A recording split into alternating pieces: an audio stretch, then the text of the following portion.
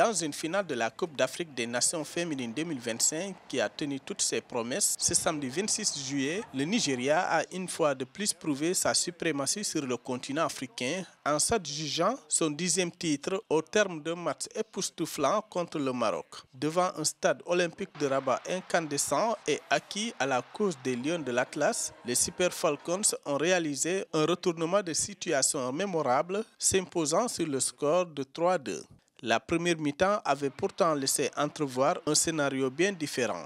Face à une équipe marocaine remarquablement organisée et portée par le fervent soutien de ses supporters, les Nigérianes se sont retrouvées menées 2-0 à la pause. Au retour des vestiaires, l'équipe nigériane a affiché un tout autre visage, bousculant la défense marocaine et inversant le cours du match de manière spectaculaire.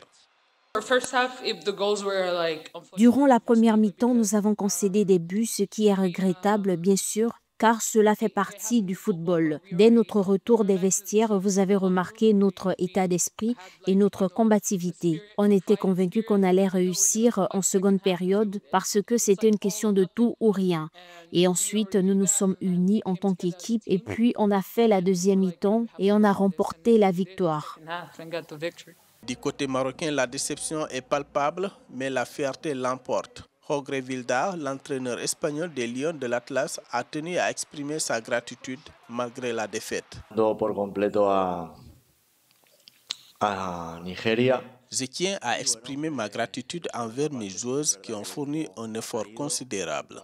En première période, elles ont su former une défense robuste face au Nigeria. Durant la seconde période, le niveau a diminué. Physiquement, nous avons eu du mal à toucher le ballon. Elles ont exercé une forte pression sur nous. Notre condition physique ne nous permettait pas de nous approcher du but de l'équipe adverse. Nous aurions dû remporter cette rencontre.